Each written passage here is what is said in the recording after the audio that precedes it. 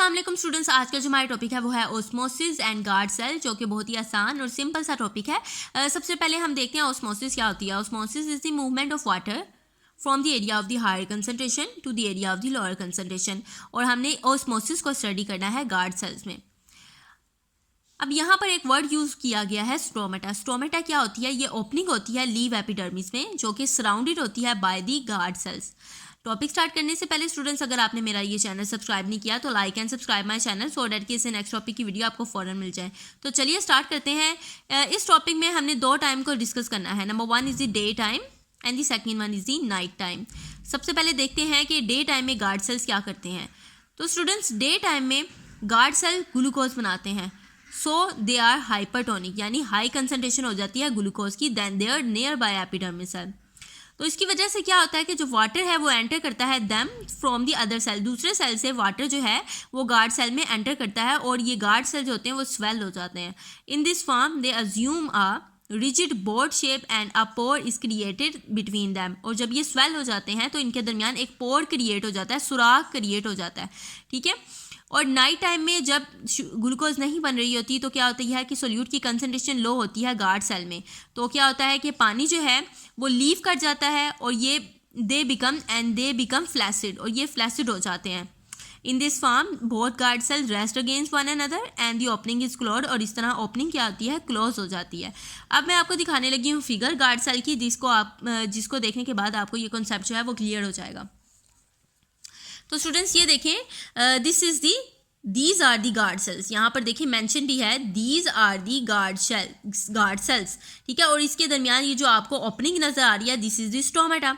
ठीक है। ये माइक्रोस्कोपिक पिक्चर है स्टोमेटा की और गार्ड सेल की। ठीक है। जब क्या करते हैं डे टाइम में, जब ये ग्लूकोज बना रहे होते हैं तो इनके ये हाइपरटोनिक होते हैं। हाइपरटोनिक मतलब यह है कि इनमें सोल्यूट की कंसंट्रेशन ज़्यादा होती है, तो क्या होता है कि एपिडर्मिस के जो दूसरे सेल्स हैं वहाँ से पानी जो है वो इन गार्ड सेल के अंदर एंटर हो जाता है। जब पानी जो है इन गार्ड सेल्स के अंदर एंटर हो जाता है तो ये क्या करते हैं, ये स्वेल हो जाते हैं। ठीक है। स्वेल होने की वजह से क्या होता है, इनके अंदर ये जो ओपनिंग होती है ये क्लियरली विजिबल हो जाती है। ठीक है। और नाइट टाइम में क्या होता है, क्योंकि ग्लूकोज नहीं बन रही होती तो क्या होता है, यही वाले जो गार्ड सेल्स हैं इनमें सोल्यूट की जो कंसंट्रेशन होती है वो कम होती है, जिसकी वजह से पानी जो है वो लीव कर जाता है।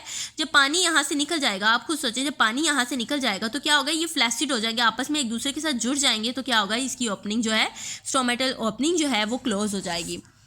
नेक्स्ट हम चलते हैं students, application of knowledge about the semi permeable membrane. इसमें हमने देखना है, आज हम स्टडी करेंगे कि सेमी परमिएबल मेम्ब्रेन का एक्चुअली में कॉन्सेप्ट क्या है।